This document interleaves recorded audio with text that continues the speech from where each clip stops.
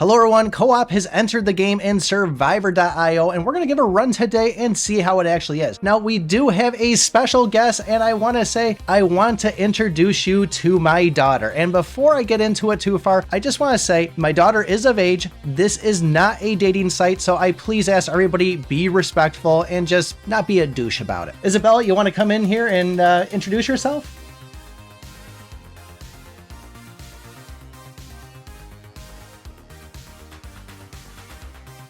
Hi, boys.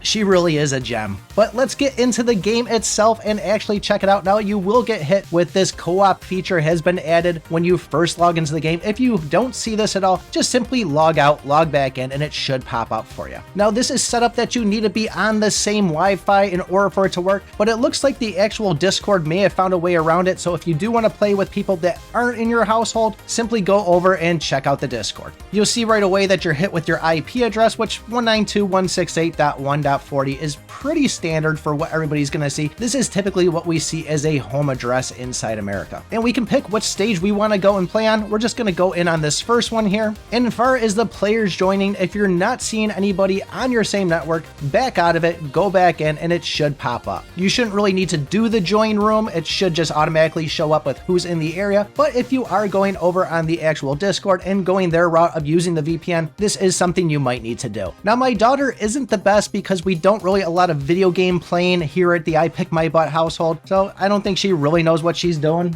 Are you eating ice cream right now? She's so much like her mother.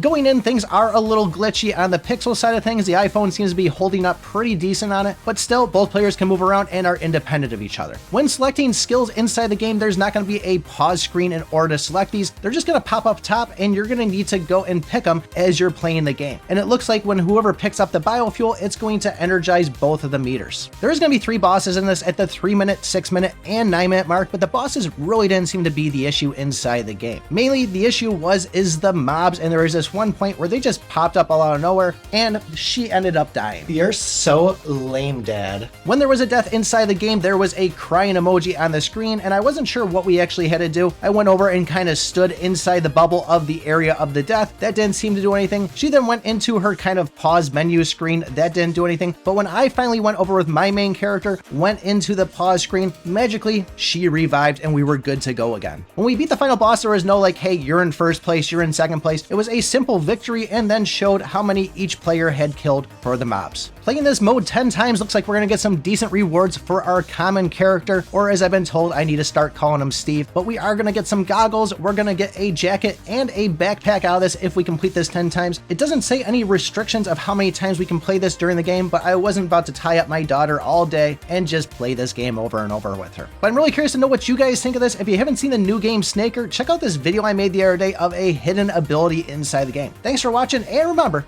I pick my butt. You're terrible at this game, Dad.